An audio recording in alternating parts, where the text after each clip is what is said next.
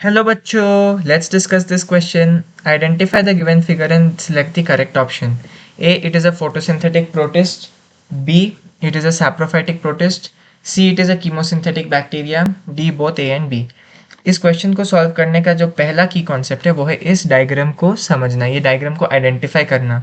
तो ये डायग्राम आप क्लियरली देख सकते हैं कि बहुत लंबा है और इसमें सेल वॉल होने की चांस नहीं है, क्योंकि इसकी जो शेप है वो एक फिक्स शेप नहीं है। आप देख सकते हैं यहाँ पर दूसरा शेप है, यहाँ पर कुछ और लग रहा है।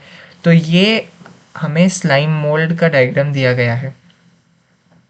तो इस क्वेश्चन का की कॉन्सेप्ट बन गया स्लाइम मोल्ड। अब स्लाइम मोल्ड्स क्या है? वो प्रोटिस्टेंस होती है, यूनिसेल्युलर यूकैरियोट। और क्या होती है? ये सैप्रोफाइटिक होती है। वो डेड एंड डीकेइंग मैटर में दिखेगा, वो डेड और डीकेइंग मैटर में दिखता है। और क्या होता है स्लाइम मोल्ड में? उनमें क्लोरोफिल नहीं होती, नो क्लोरोफिल। और साथ ही साथ बहुत डिफरेंट वैरायटी का कलर्स दिखता है, वाइड रेंज ऑफ कलर्स।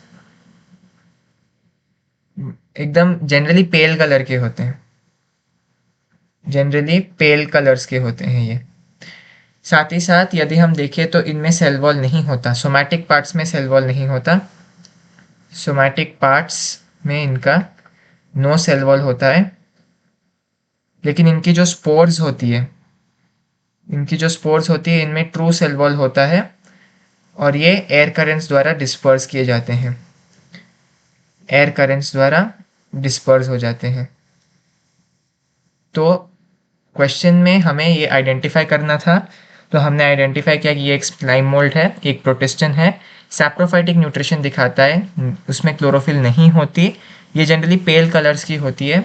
और इसकी जो सोमैटिक पार्ट्स है, मतलब इसकी जो फ्रूटिंग बॉडीज, मतलब इसकी जो मेन बॉडी है उसके जो पार्ट्स है उनमें सेल वॉल नहीं होती है। और इनकी जो स्पोर्स होती है उसमें ट्रू सेल वॉल होता है। वापस रिपीट करता हूँ, इसकी जो मेन बॉडी के जो पार्ट्स है उसमें आपको सेल वॉल नहीं दिखता, इसलिए हमने लिखा सोमैटिक पार्ट्स में सेल वॉल नहीं है।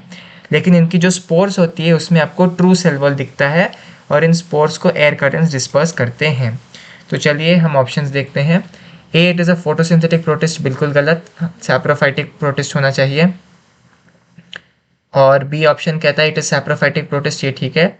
C. It is chemosynthetic bacteria, गलत, ये होता है सैप्रोफाइटिक प्रोटिस्ट। बैक्टीरिया तो मोनेरा में आता है। और D both A and B भी गलत है। So the correct option to this question is option B, it is a saprophytic protist. Hope you have understood it well. All the best.